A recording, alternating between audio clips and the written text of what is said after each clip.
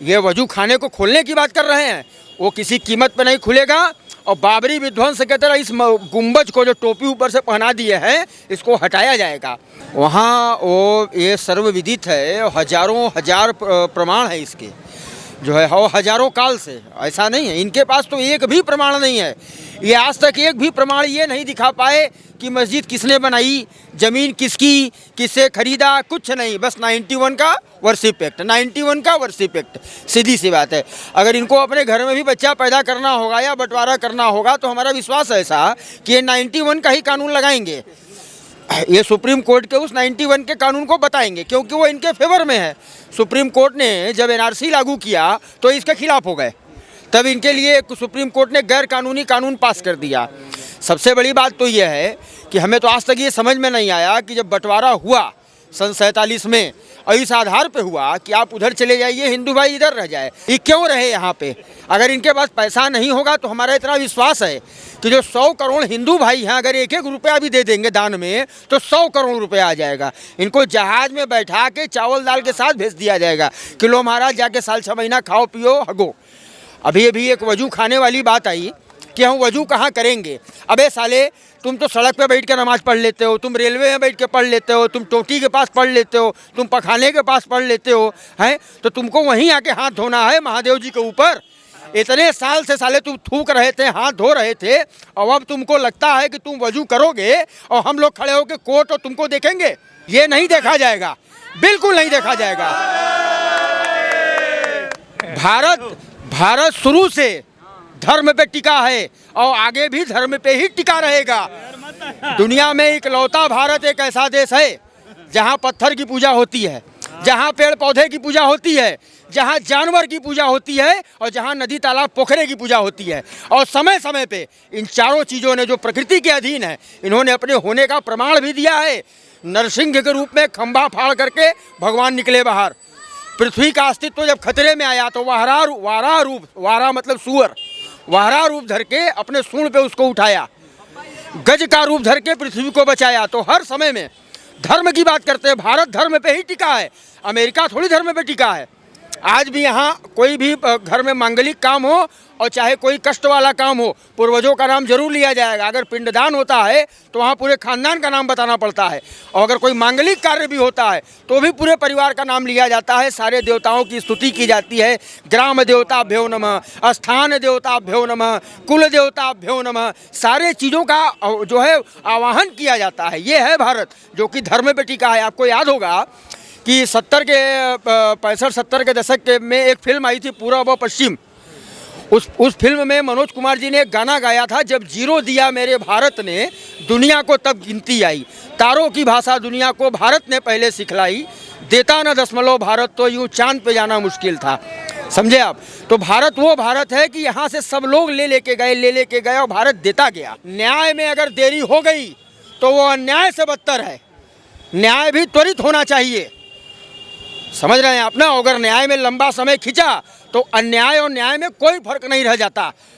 ये वजू खाने को खोलने की बात कर रहे हैं, वो किसी कीमत पे नहीं खुलेगा। और बाबरी विध्वंस की तरह इस गुंबज को जो टोपी ऊपर से पहना दिए हैं, इसको हटाया जाएगा। बाबरी मस्जिद का नाम लेता है ओवैसी, जो आपने भी कहा कि एक मस्जिद हमने खो दिया, इसके बाप किसी की खो दिया। बाबरी मस्जिद का सबूत अयोध्या के भूमि के अंदर दबा था। ज्ञान वापी का सबूत चीख चीख के बोल रहा है, सामने दिख रहा है। इसको खोदने की आवश्यकता ही नहीं है। और अब तो बाबा निकल आए, अब तो स्वयं 500 साल के बाद बाबा स्वयं निकल आए। अब किस सबूत की जरूरत है? जब सत्य ही शिव है और शिव ही सत्य है और शिव ही सुंदर है, अब इसके आगे कुछ भी नहीं बचा। अगर वाकई भाईचारे की बात चाहते हैं तो देखने के बाद मैं बहुत दुखी हूँ मौलाना बातिन साहब की बात से। ये बड़ा अच्छा बोलते रहे हैं, इन्होंने चश्मा लगा के बताया कि फव्वारा है। फव्वारा है? ये छिनरों वाले कब नहाए हैं फव्वारे में? क्या बात है? आज से 300 साल पहले, 356 साल पहले औरंगजेब ने यहाँ कुत्तापना किया। और ओवैसी जो बराबर कॉन्स्टिट्यूशन की बात करता है, वो अपने आप को अघोषित बैरिस्टर बताता है, ये बता रहा है कि 500 साल से लगा है। ये और 150-60 साल पीछे चला गया। ये कहाँ से दस्तावेज ले आया? और एक को कागज आज तक ये सब साले दिखा नहीं पाए। क्यों? बेईमानी, जो बेईमान होते हैं, जो चोर होते हैं, जो मक्कार होते हैं, इनके पास कोई कागज़ नहीं होता, बस इनके पास एक चीज़ होती है, इनकी बेईमानी, इनकी मक्कारी। तो इसी से ये लवरेज है। और जो भी इस तरीके की बात देश में कर रहे हैं वो एक नंबर के मक्कार हैं। हिंदू धर्म से खिलवाड़ करना। और अभी तो आप एक ज्ञानवापी की बात कर रहे हैं, बनारस में अभी कम से कम दर्जनों मंदिर ऐसे हैं, लाट भैरव सरैया, जहां औरंगजेब ने आक्रमण किया, शिवलिंग को जब नहीं तोड़ पाया तो वहां जबरी का मस्जिद टोपी पहना के निकल लिया।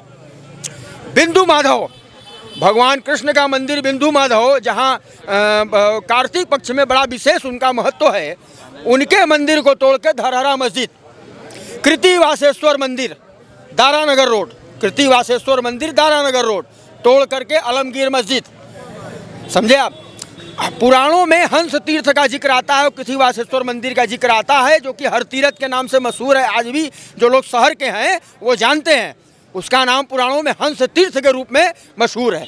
तो ये अभी ये भ्रम में न रहें और ज़रा होश की दवा करें, और अगर वाकई भाईचारा इनके मन में है तो उस चीज़ को ख़त्म करें और हिंदुओं को सौंपें, वरना हिंदू अब ले लेगा, इसमें कोई किंतु परंतु नहीं है। आपने ये भी एक कचरा साफ करेगा, कचरा बाहर के गए। आपने एक चीज़ बोली कि हिंदुस्तान एक ऐसा देश है जहाँ पे पत्थर को भी पूजा जाता है, लेकिन उसी पत्थर पे भी अखिलेश यादव ने सवाल उठा दिया कि बीजेपी वाले जो हैं किसी भी पीपल के पेड़ के पीछे या सड़क किनारे पत्थर रख देते हैं और लाल कपड़ा रख देते हैं, तो वहाँ वो भगवान शिवलिंग बन जाते हैं, शिवजी बन जाते हैं और मंदिर बना देते हैं। देखिए, सबसे बड़ी बात तो ये है कि आज तक किसी भी प्रेस वाले ने अखिलेश और मुलायम से ये नहीं पूछा कि तुम्हारा नाम मुलायम सिंह यादव और अखिलेश सिंह यादव क्यों है यार। ठीक है, तुम ठाकुर हो कि अहिर हो, ये आज तक अभी तक क्लियर नहीं हो पाया। तो इसका साफ मतलब है कि दोगले जात का है, नंबर एक बात। दूसरी बात, हमारा सनातन धर्म भगवान राम के आदर्शों पे चलता है। सत्ता के लिए भगवान ने सत्ता को छोड़ करके पिता का वचन निभाने के लिए वनवास लिया और एक भाई और साथ में चला गया। देखिए, ये है हिंदू धर्म। एक भाई और साथ में चला गया कि नहीं भैया हम भी वन में चलेंगे। एक भाई जब लौट के ननिहाल से आता है तो वो सिंहासन पे खड़ाऊ रख करके 14 साल तक सेवा करता है। सत्ता का कोई लोभ नहीं, कोई लालच नहीं, कोई सुख नहीं। और अखिलेश यादव ये औरंगजेब का वंशज है। कैसे, ये सुनिए। औरंगजेब ने अपने पिता को नज़रबंद कर दिया उसी कारागार के अंदर और अपने भाई दारा शिको का गर्दन काट करके उसी जो है क्या नाम है कारागार में भिजवा दिया कि देखो। तो जो कर्म औरंगजेब कर रहा है वही अखिलेश यादव किए। अपने बाप को गद्दी पे से उतारे, बहू को भाई को घर से बाहर निकाले, चाचा को तो पिछवाड़ा दिखा दिए, चुनाव में लालीपाप चुसाए कि 100 लालीपाप चुसाएंगे, अब बाद में जो मुँह में लगाए रहे वह खींच लिए। तो ये है अखिलेश यादव। इनकी दोगलई तो दुनिया देख रही है, हैं? ये तो देख रही है कैसे धमका रहे हैं उत्तर प्रदेश का IAS PCS को। आपने चुनाव में नहीं देखा, ए पुलिस वालों, ये इतना बड़ा बेशरम है। ये मुख्यमंत्री रह चुका है उत्तर प्रदेश का, 30 करोड़ लोगों का प्रतिनिधित्व करता है अकेले उत्तर प्रदेश, वहाँ का ये स्वयं मुख्यमंत्री रहा है। और इसको जो पुलिस इसकी सुरक्षा में लगी है उसको ये इस तरीके से बोल रहा है। आज मैं इसको संसद में भी देख रहा था, इस संसद में इतना खौआ गया कि डिप्टी CM आदरणीय केशव प्रसाद मौर्य जी के पिताजी तक चढ़ गया।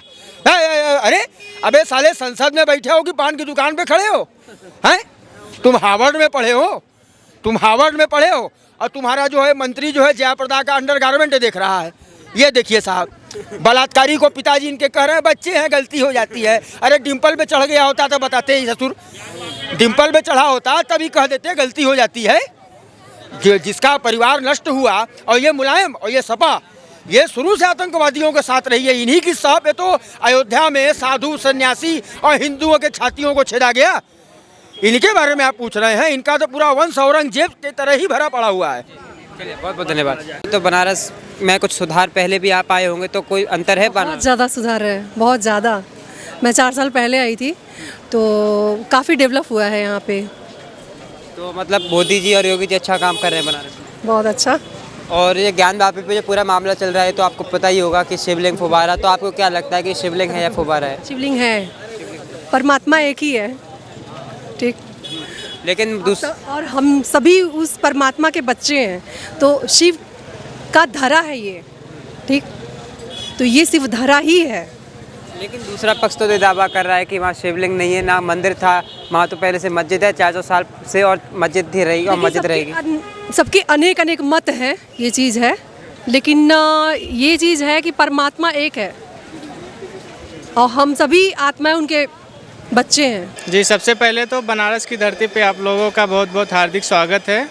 और जहाँ तक प्रश्न है, जो खुदाई हुई है उसमें कोर्ट की निगरानी में हुई है, वो फवारा है या शिवलिंग है, तो उसमें जो भी तथ्य आए हैं, जो भी रिपोर्ट मीडिया में लीक हुई है, जो भी जानकारी आई है, उससे तो पूरी तरह से सिद्ध होता है कि वहाँ पे मंदिर था। मंदिर के ऊपर जो है वो गुम्बद मस्जिद का बनाया गया है और वो शिवलिंग ही है वो।